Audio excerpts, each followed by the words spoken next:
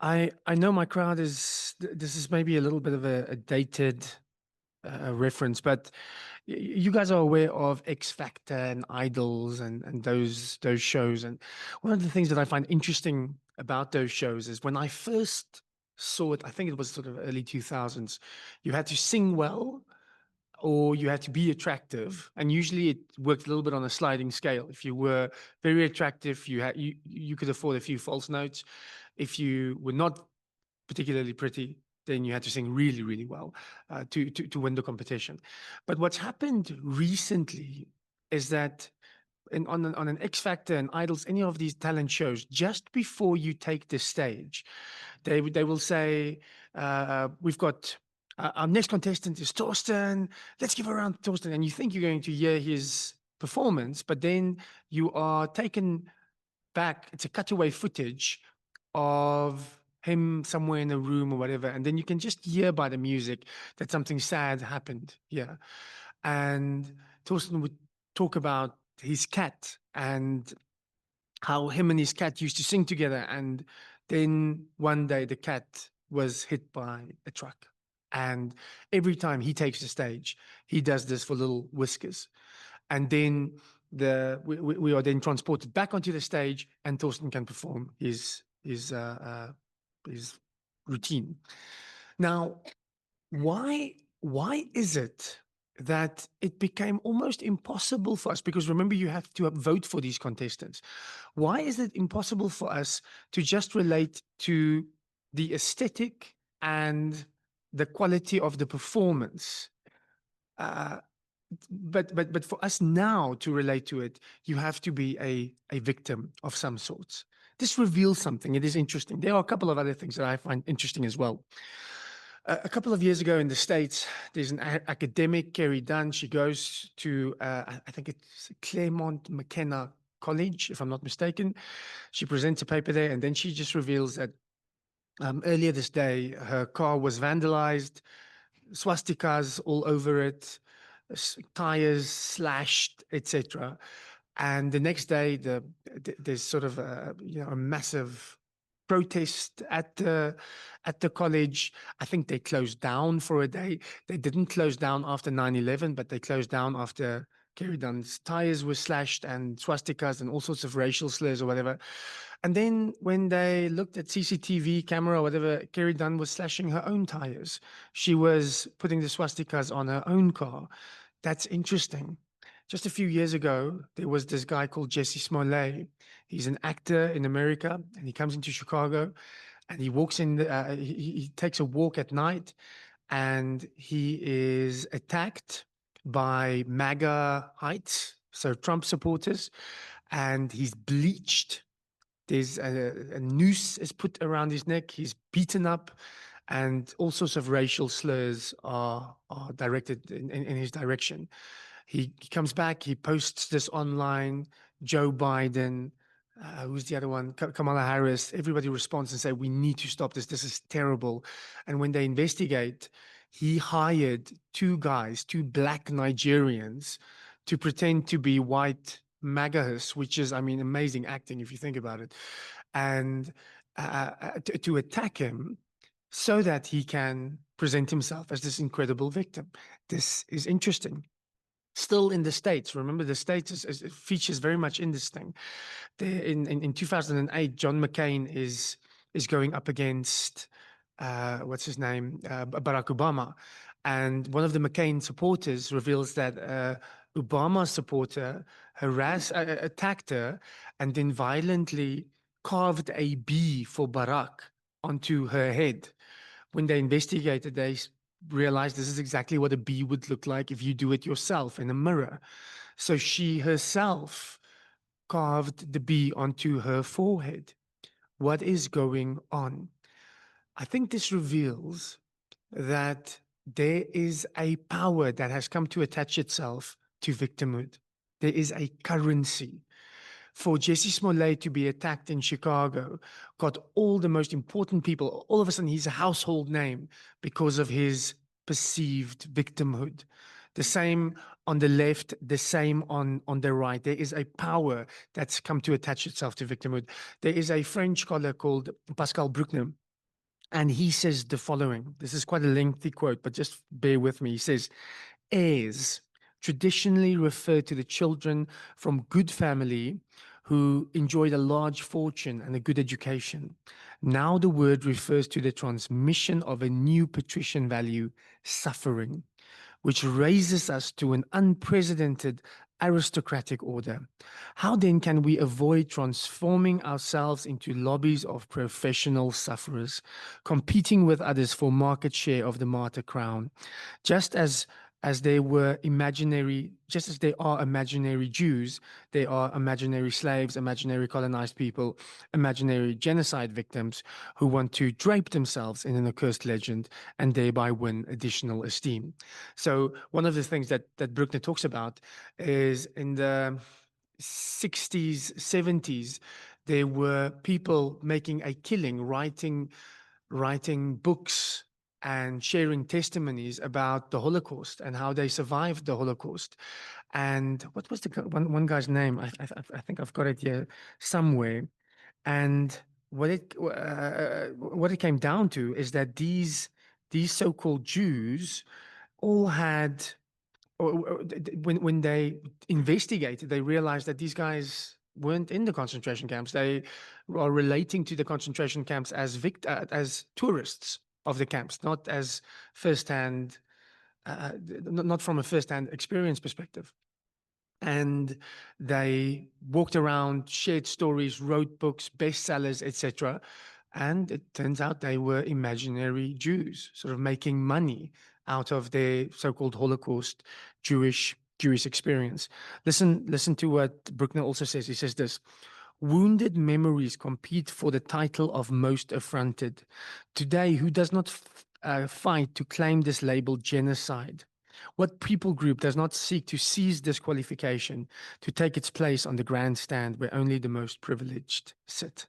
Now, we've got competitive victimhood. This is this is the water we swim. This is the air we breathe. Let me give you an interesting example. The Bela Act. Most of you guys are familiar with the Bela Act. When the Bela Act came out, I just found it so interesting to look at both reactions. The EFF reacted with the following. They said, this reveals the white supremacist inherent hatred of the black child. The white supremacist inherent hatred of the black child.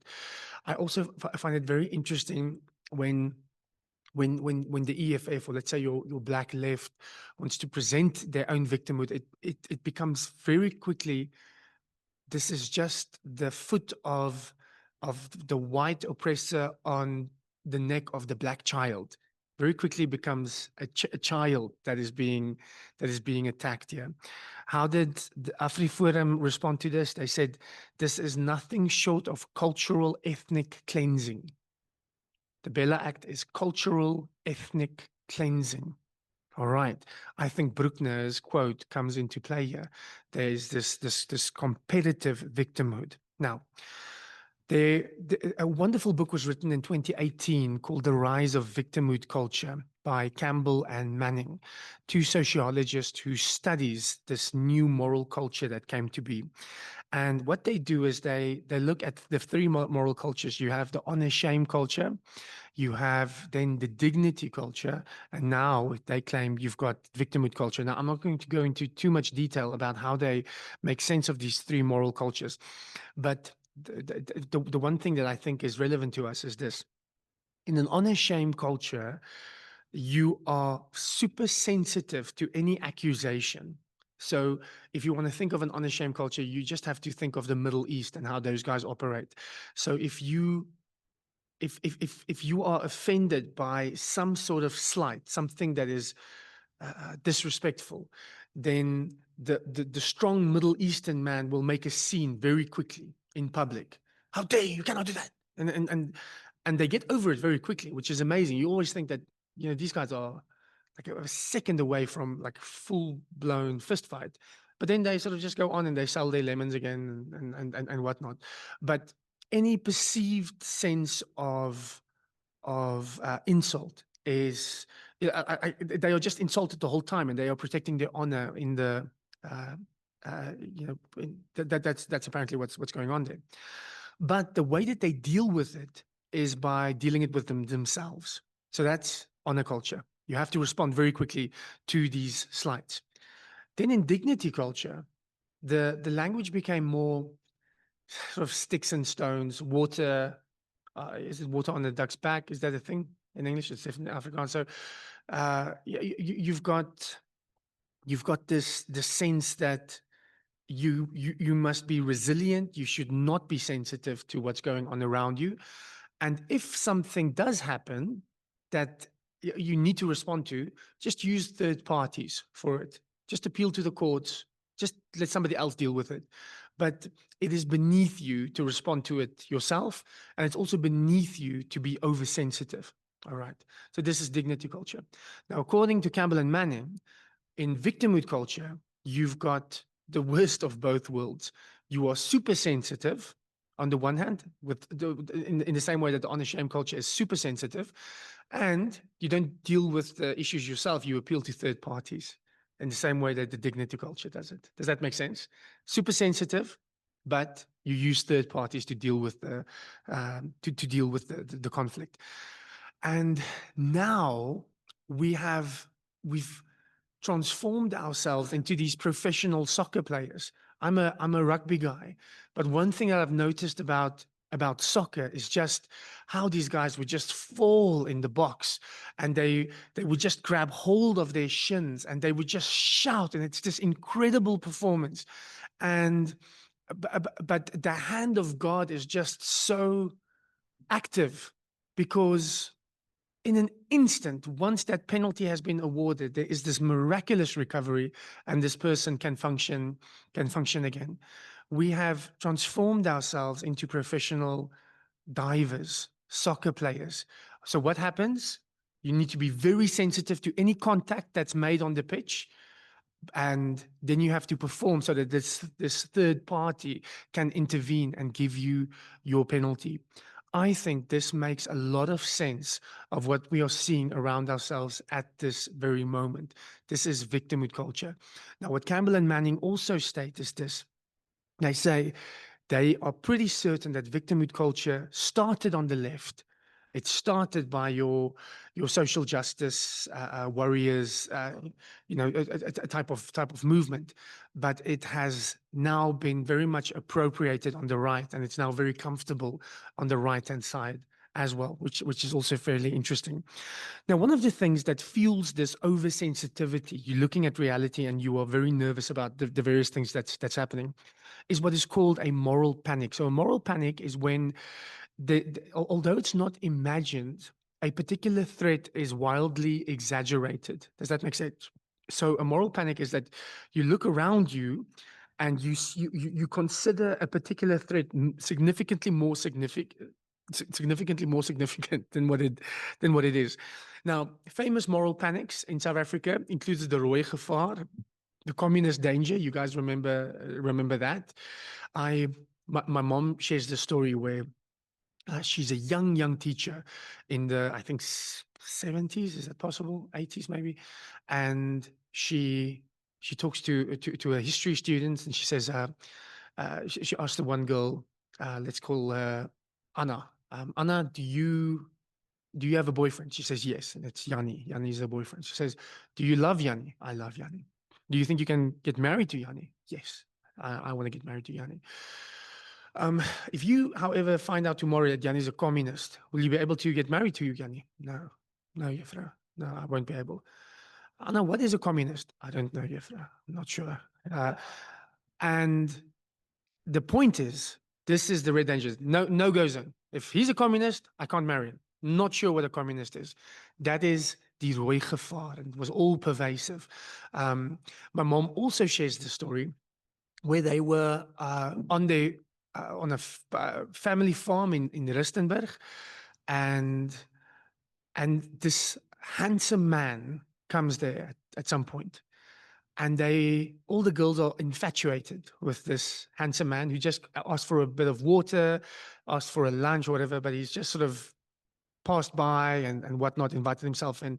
So charming, and they are sort of hanging in the corridor looking in because they're talking to her mother. So I guess they're sort of young teenage girls and whatnot.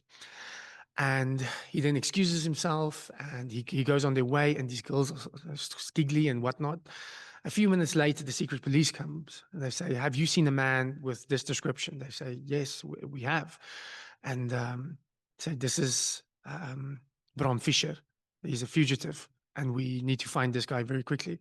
And all of a sudden, um, my mom remembered how they just changed their dynamics.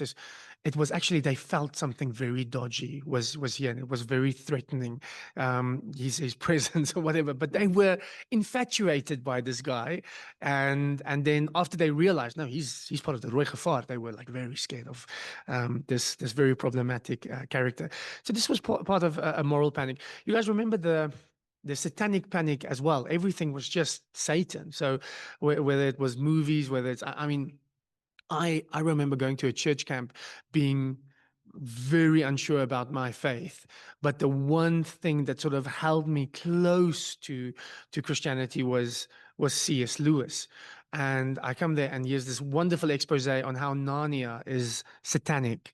And I just thought to myself, goodness me, the one guy that makes me think that maybe there is something to Christianity is actually a Satanist. Who knew?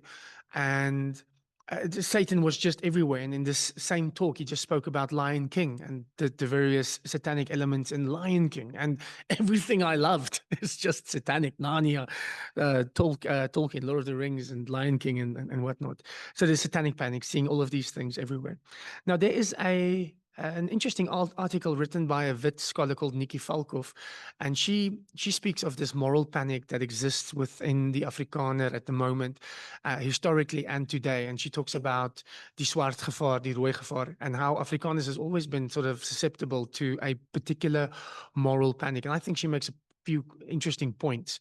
What I also find interesting is as she talks about it, she says she's sort of trained in the critical discourse, etc.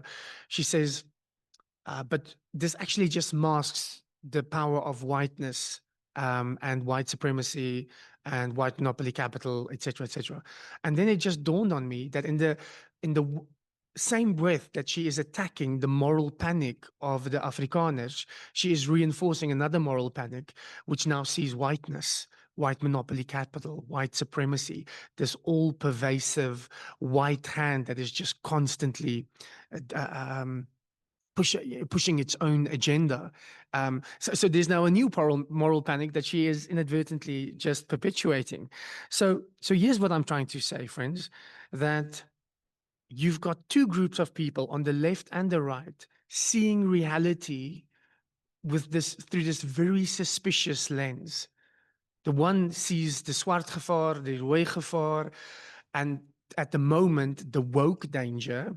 They've got this moral panic about the woke that is just always putting out its ugly head, rearing its ugly head. And then on the other hand, you have patriarchy. You have the forces of whiteness. You have the Western forces. They are just behind everything. So you've got two groups of people being captured by a moral panic. So this is what I wanted to say first. The water we swim in is we find ourselves in a victimhood culture, and we've got two groups of people that I think are immersed in a moral panic. And this leads to a very dangerous state that we call incommensurability. In other words, it is almost impossible for us to hear each other, to find each other, to have any constructive dialogue, because we are both caught up in victimhood culture and in a moral panic. So what do I mean by that? We both have this hermeneutic of suspicion where it is impossible for me as a white guy to talk to my, let's say, black leftist friends without them being very suspicious of my motives, every word that comes out of my mouth, etc., because I am just masking whiteness. I'm just protecting privilege. You guys have heard all of these words over the last few decades. On the right, I find this very interesting. So Torsten spoke briefly about Beterreinders and some of the things we do. So I was on this news interview a while ago, and there's this conservative YouTuber, Ronaldo Gous. Some of you guys might be familiar with him. He's quite popular. And he responds to us. And he just asked these questions. Like he does like an hour and a half expose of myself and Beate Reinders and whatnot. And he says, who's funding Johan? Who is funding him? I want to see the bank accounts of the last 2 months. And then he says, I don't want to. This is just an opinion, but I am very suspicious that this is sort of a government-funded counterintelligence movement. And I was just so chuffed that intelligence, counterintelligence, and Johan is used in the same sentence. But and at one point, I say when we talk about victimhood, we just need to talk about the fact that less than 7% of white people are unemployed versus 36% of black people are unemployed. White people, on average, earn 4 times more than black people. That's not the only statistic that is relevant, but we need to deal with these complexities. And he just responds. He says, "This is the problem with woke methodology. Per capita, Johan. Per capita, Johan." Now, I'm not a clever guy, but when you say percentages of a particular population group, and then he shouts per capita, there are more black people in South Africa. Of course, there are going to be more unemployed people, but percentages, right? I mean, help me out. You're an academic, Pitain. Am I wrong here? I'm very confused. And but here's the thing. I think it is impossible for him to take in any sort of contradictory information because this is just a neo-Marxist woke pink liberal. That's what's going on. So it's impossible for him to take anything that contradicts. When you read the YouTube comments, it's just his NGO is funded by the ANC Secret Service. I also said his offices is here on the Dalmas Road. Apparently, that's where our intelligence offices. That's where I sit in the afternoon. Steve Hofmeyer also leaned into the debate, as a matter of fact. So I'm very proud that Steve and I we talk. And Steve just said, "Take your Soros money and perform your transgender surgery somewhere else." I just think, geez, that escalated very quickly. Soros money, Soros, like we get this money. I mean, we are just funded either by Soros or the ANC or via from Soros via the ANC. But it's very sinister. We can't trust this, and it's also very easy because we don't have to engage with these guys. Did I say this one as well? Beter Einders equals controlled opposition. That's who we are. Now, the left can dismiss you that you are just another Nazi. Have you guys heard that before? Of course, they're just Nazis. They're going to say that. Of course, they're just white supremacists. Of course, they're going to say that. And the right will just dismiss you. They woke. Of course, they're going to say this is just a woke methodology. They are funded by Soros and whatnot. So then it becomes impossible to deal with any information that contradicts your narrative. And that means that we are at a deadlock. It's actually a very dangerous place for a society to be. Something else that I find so interesting is that both the left and the right at the moment, you're woke. In other words, people who sees reality as the whites, the patriarchs, the straight people, the West, they are lurking everywhere, and the other guys who sees the woke forces and Hollywood, etc., mainstream media, they are behind everything. Is that it's a type of Gnosticism. So Gnosticism is this special knowledge, is this first century heresy where you had to.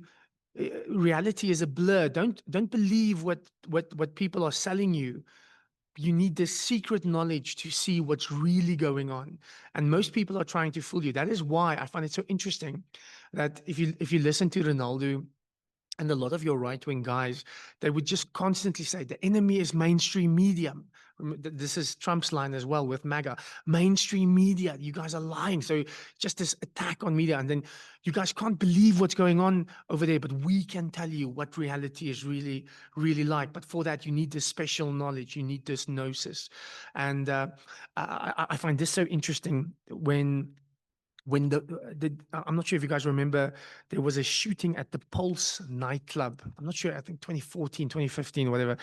And an ISIS gunman, this is in Florida, just killed several people from the gay community over there.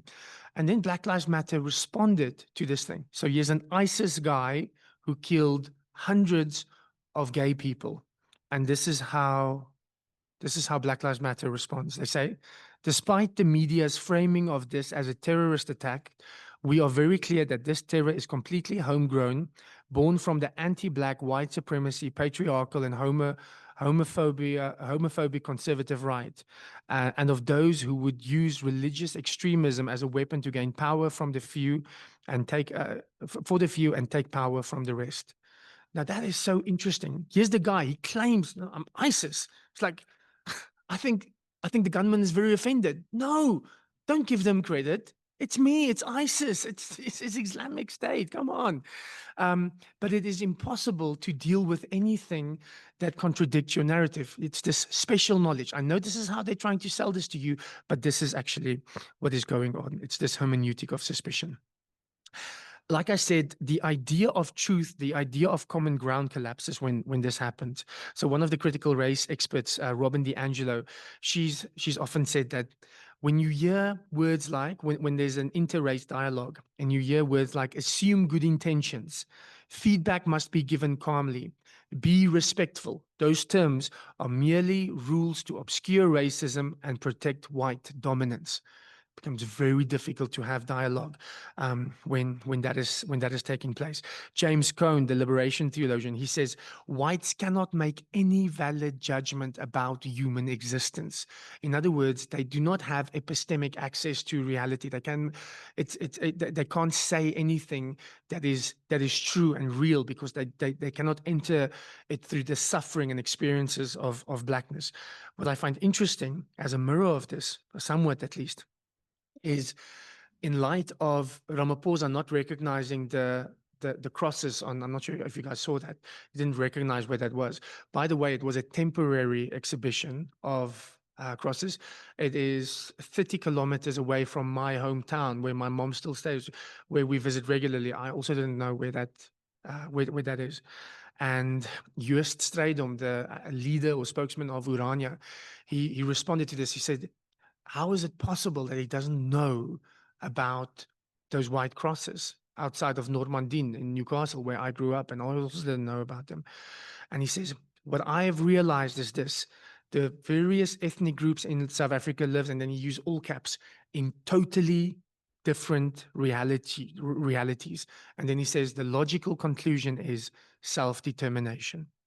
So he doesn't have a clue, Ramaphosa. He doesn't understand where we are coming from. We are just living in completely different realities. It is impossible for us to even have a conversation about this because we cannot access each other's victimhood.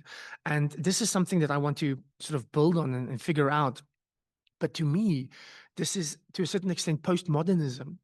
So you've got all these small narratives that's been boiled down into just your ethnic group because we can't agree on anything. There's no objective truth. There's no place where we can have a dialogue and to try and figure things out. We cannot agree on any level of truth because we've got this hermeneutic of suspicion constantly. So what happens now is we break it down to your gender, your ethnic group, your language, or something like that.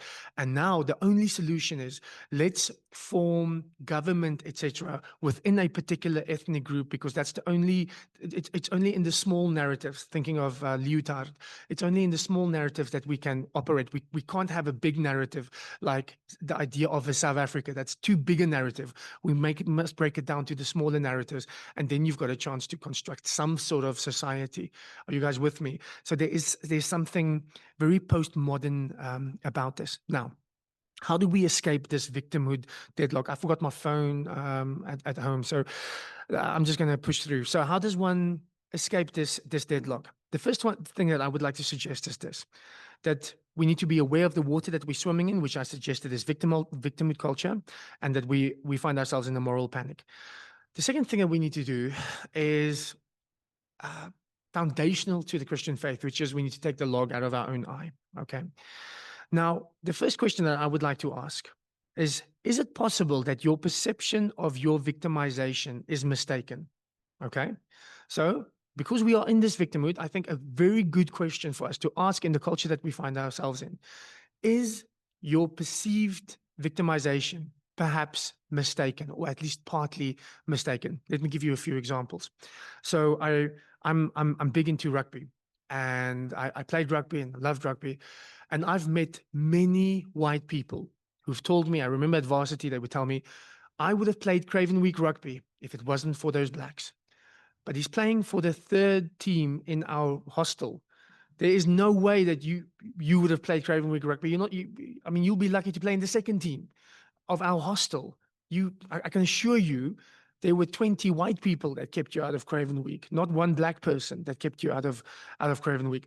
The other day, Grey College, the big rugby school, played against Jeppe in Johannesburg, and they lost. And I just remember looking at the YouTube comments of the highlights, and they Grey College had like 4 black players, and everybody just says, well, this is what happens when you push quotas. It's just the quotas, and if that's what Gray wants to do, then they must expect to lose. Meanwhile, Jeppe is like 100% black. Like the team that they lost against were all black kids, and the reason why why Gray lost is because they had 4 black kids, while Jeppe had 15 black kids on the pitch. Is it possible that your victimization, your experience of that is mistaken? I remember watching rugby in a bar, and then the Bulls or the Springboks will be losing, and then the people would just immediately start shouting "Quatas, Quatas" on at the television, and then I'll look and I'll see it's Beast and Habana are the only 2 black people on the pitch. Now, can we at least agree that Habana is probably the best winger that the world has ever seen, and Beast is right up there? Quatas, quatas. I don't think that's why we lost. It's not because of the two brilliant black guys on the pitch.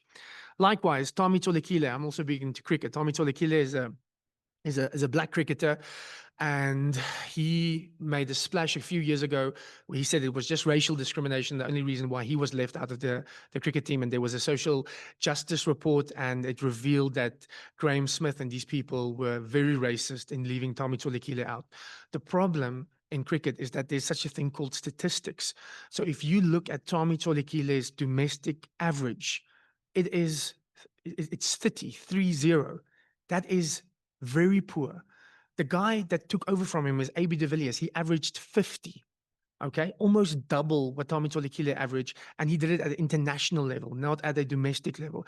Now, I do not want to, be mean to Tommy, yeah, but the report is completely false if they say that he was left out only because of his race. We can look at the statistics, and his idea of victimization there is simply false. There were also 4 other wicketkeepers during the same period who all averaged higher than him, and they were also left out. So be careful that your victimhood narrative is not mistaken, or at least partly mistaken. The second thing that we need to do is we need to be charitable towards our opponents. So we need to ensure that we are not engaging in caricatures.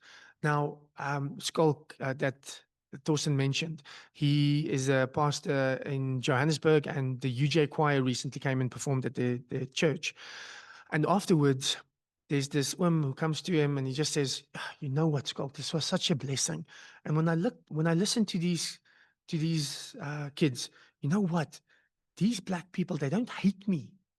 They don't hate me. And Scott said, well, of all the responses, that's the response. They don't hate me.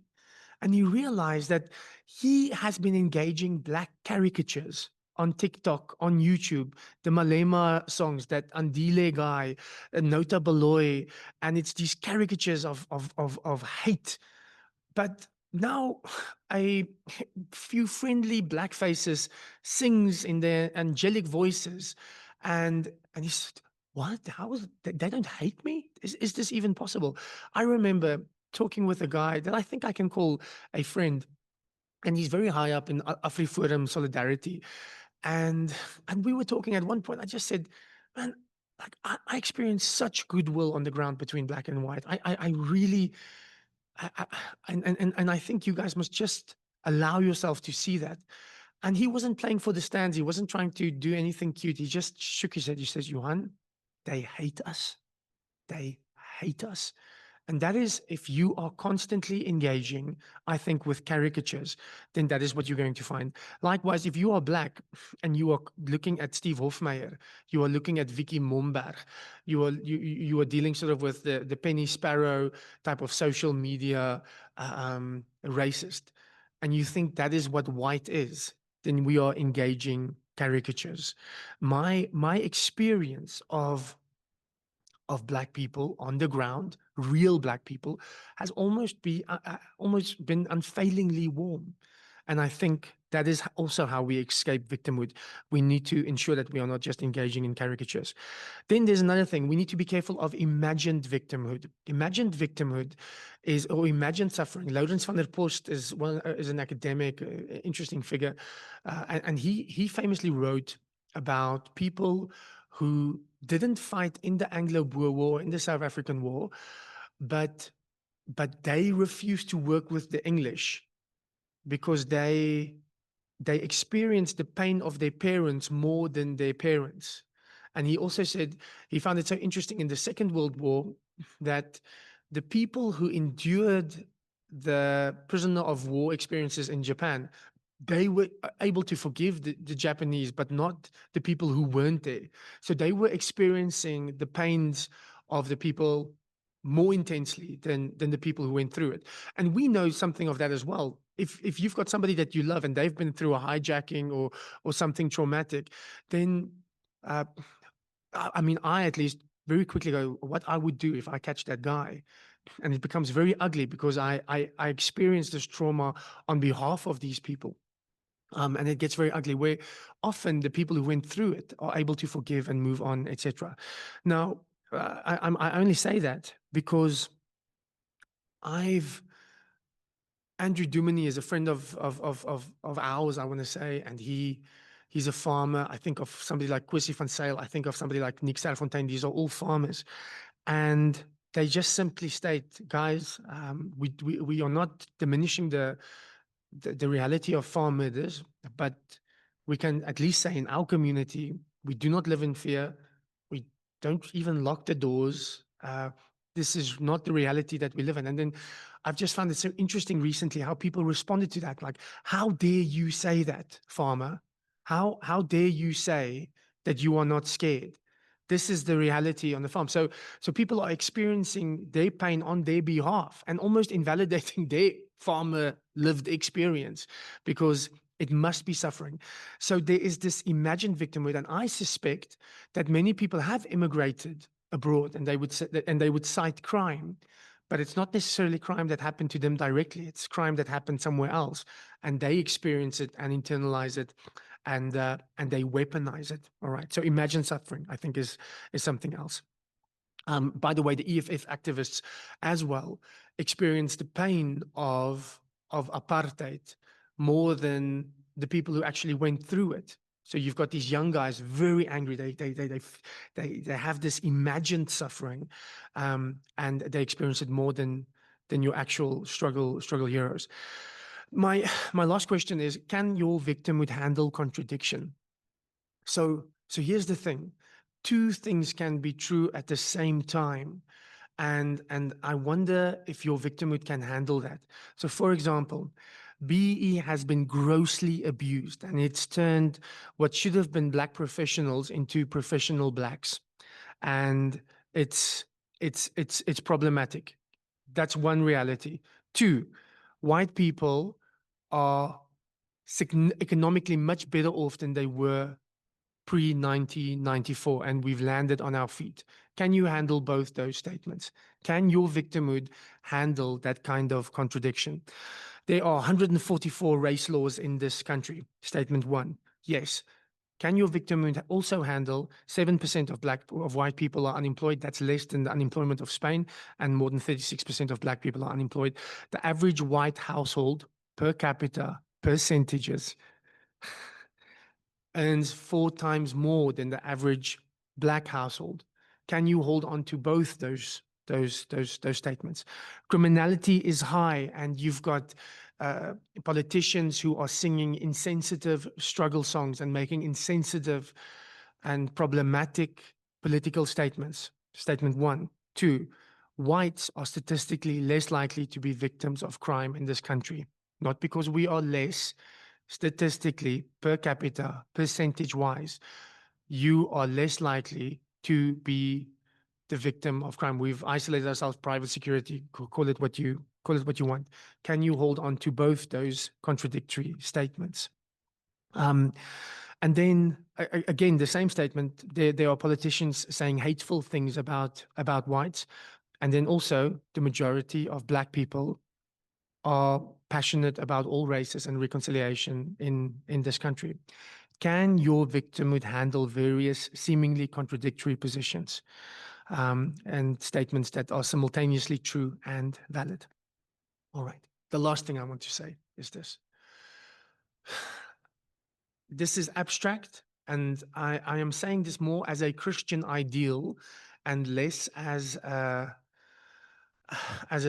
policy. I think the ideal, the Christian ideal, is one where we are skeptical towards ourselves and our own victimhood, and charitable towards the victimhood of other people. That's the ideal.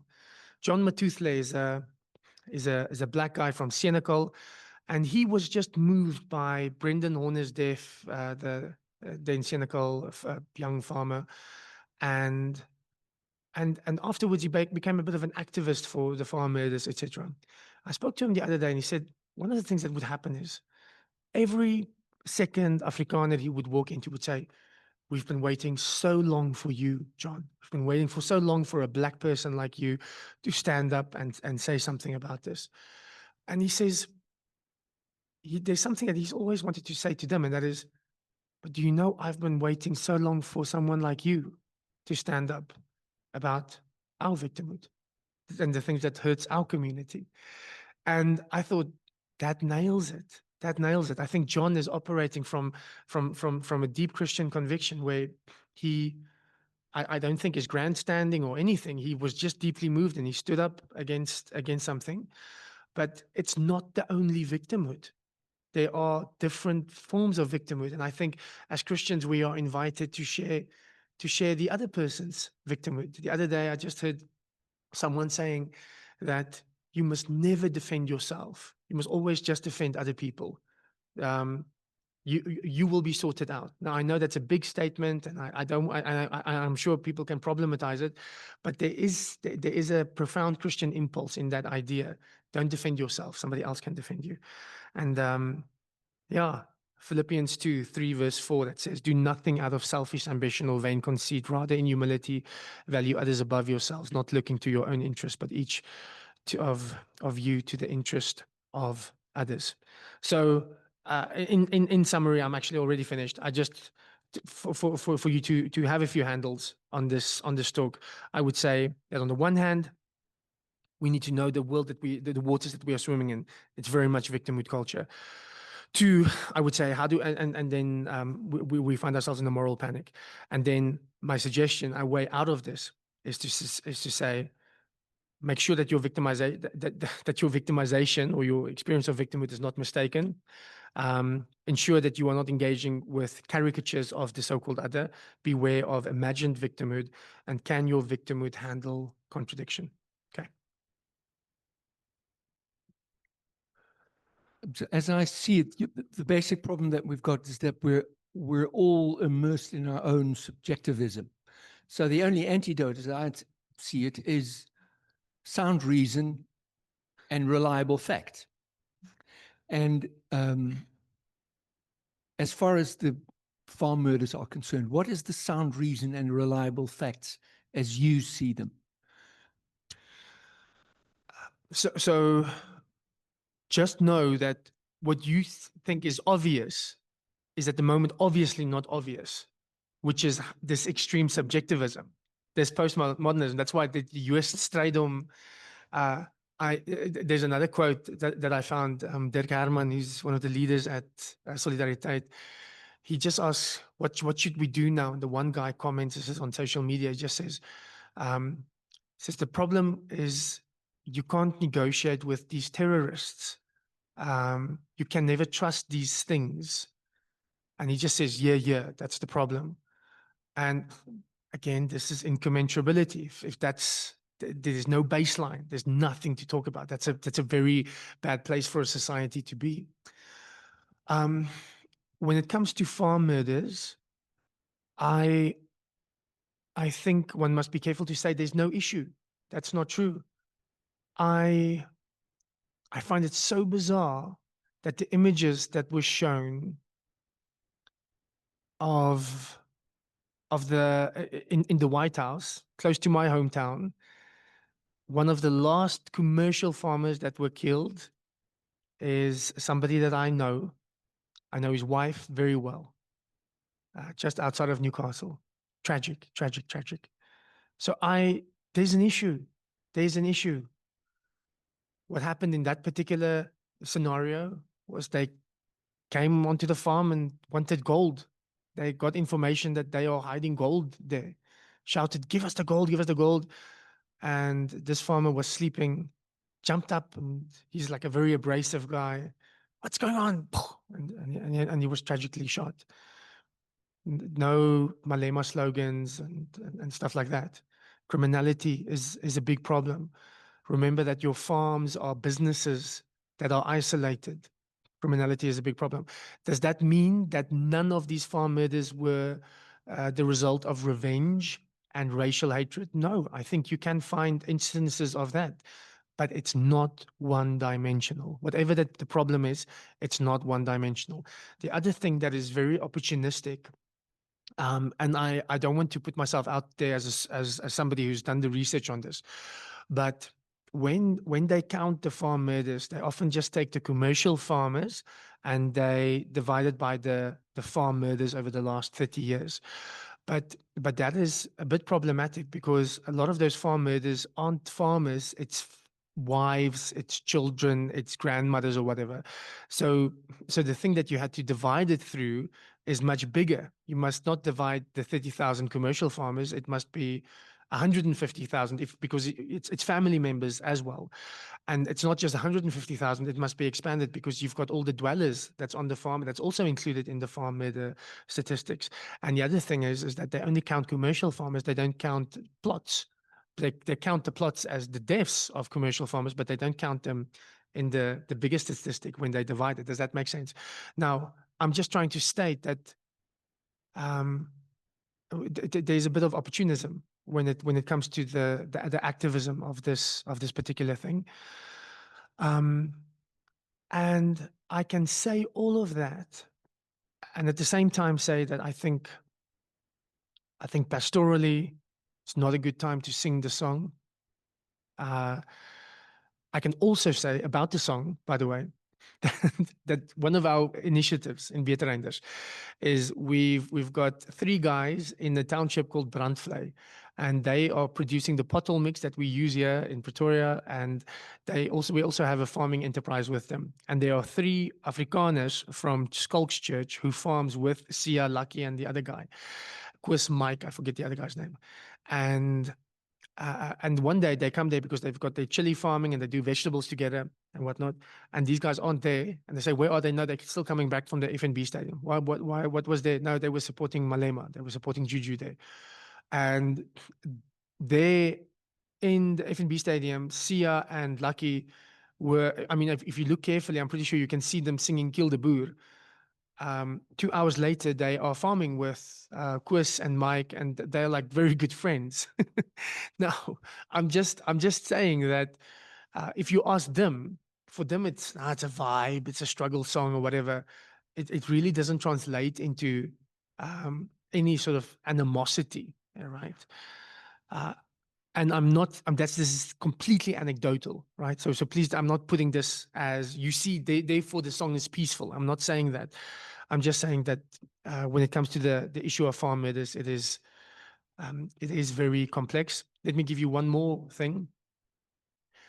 I've asked a farmer, I'm not going to name him, in your community, farm murders, has there been? He says, yeah, there's been one, and he had it coming. It's like, whoa, that's a rough thing to say. He said he was sleeping with the farm workers' wives, And one person confronted him. He locked him up in a silo for 2 days. The guy walked out, grabbed a knife, and stabbed him multiple times. And he said he had it coming. Now, the brutality of that murder was obviously presented as, you know, this incredible white genocide. That's one side of this one farm murder story. The other day, you had farmers behaving badly, I think in Mpumalanga, when they locked up their people in coffins, and try to, you know, sort of make a sense. You've got farmers behaving badly. You've got politicians behaving badly. You've got criminality in this country. You've got the fact that they are exposed on a farm, and it's a business. There's cash and guns on that farm. It's all of these things. It's not one dimensional. Want to say it, but I was thinking, ever since the existence of human being, there has been always conflict, power struggles, ugly in all different formats. It's almost like sort of a given. I'm not trying to say that, yes, this is good. It's how we're capturing it and how we're trying to understand it by blaming or labeling it in some format or another. And that's why I said I don't really know what I'm trying to say, but it's my mom. I remember her saying she was a serious scientist, and she said this is just Homo stupidus is what we should be calling it. Is that there will be from wherever, and then how is it contained, and what is the culture of the family background that can teach that ugly will happen. Ugly has always happened. But do we follow it with more ugly? And I know it sounds very simplified, but I'm just sort of saying this will never, it has always been and will never end. And it'll get different labels, different names, different positionings. And I think it's an awareness more that what are we making of this? Why are we calling it woke? Why are we finding reasons to form an opinion of hatred or dislike or whatever, in whatever direction? If we've lost interest in this direction, we'll come up with another one. Yeah, so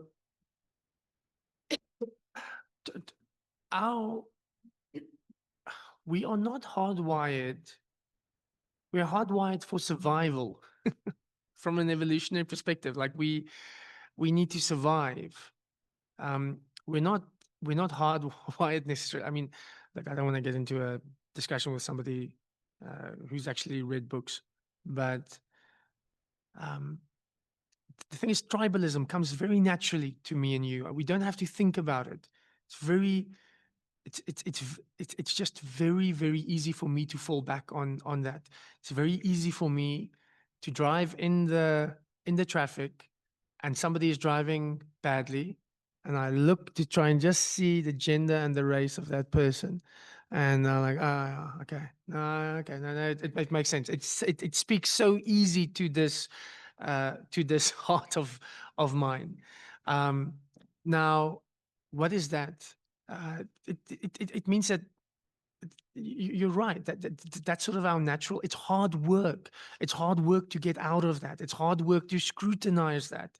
It's hard work to try and listen to the other person's perspective, because ultimately we want to survive. I just want to survive. I want what is mine, and it is much easier for me to.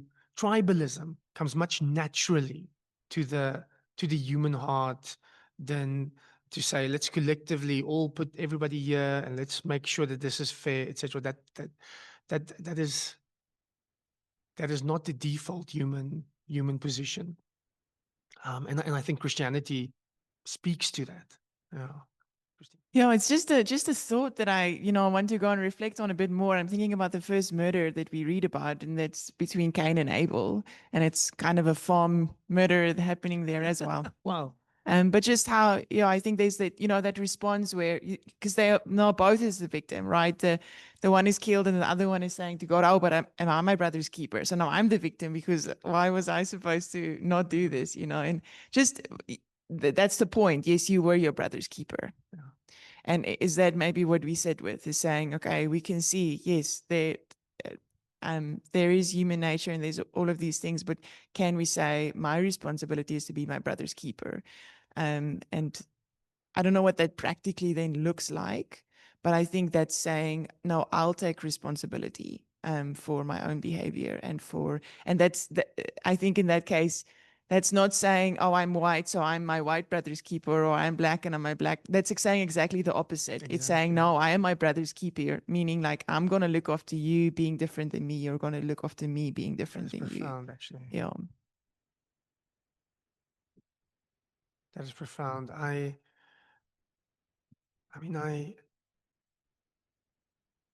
one day I'll invite Kwesi van Sail to come and share here, but he's this, he's this farmer, the Haag van die Overberg, like he's just very, very Afrikaans. I actually can't invite him to share here because he'll have to speak English. And he got, he managed to uplift like 15 of his farm workers who are now farming at a commercial level. It is just a wonderful story. And there's just nothing like sophisticated about him. Like he's just doing it from a deep Christian conviction. Um, and he tells the story. He says he didn't inherit a farm.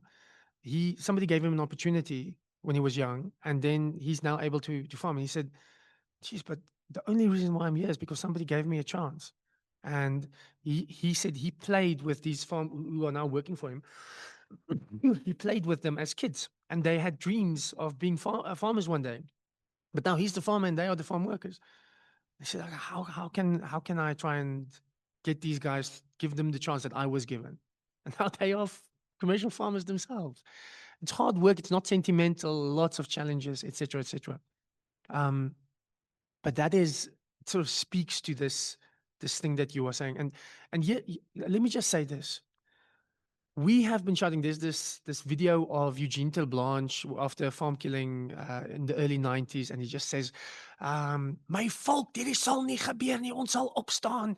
And he's referring to kill the Boer or whatever. Maybe we need to respond differently. Maybe we need a new solution. We've seen this, and it's not working. We need something else. And maybe part of that is to say, I am my brother's keeper. We all take responsibility for the wider issues that is speaking to these killings.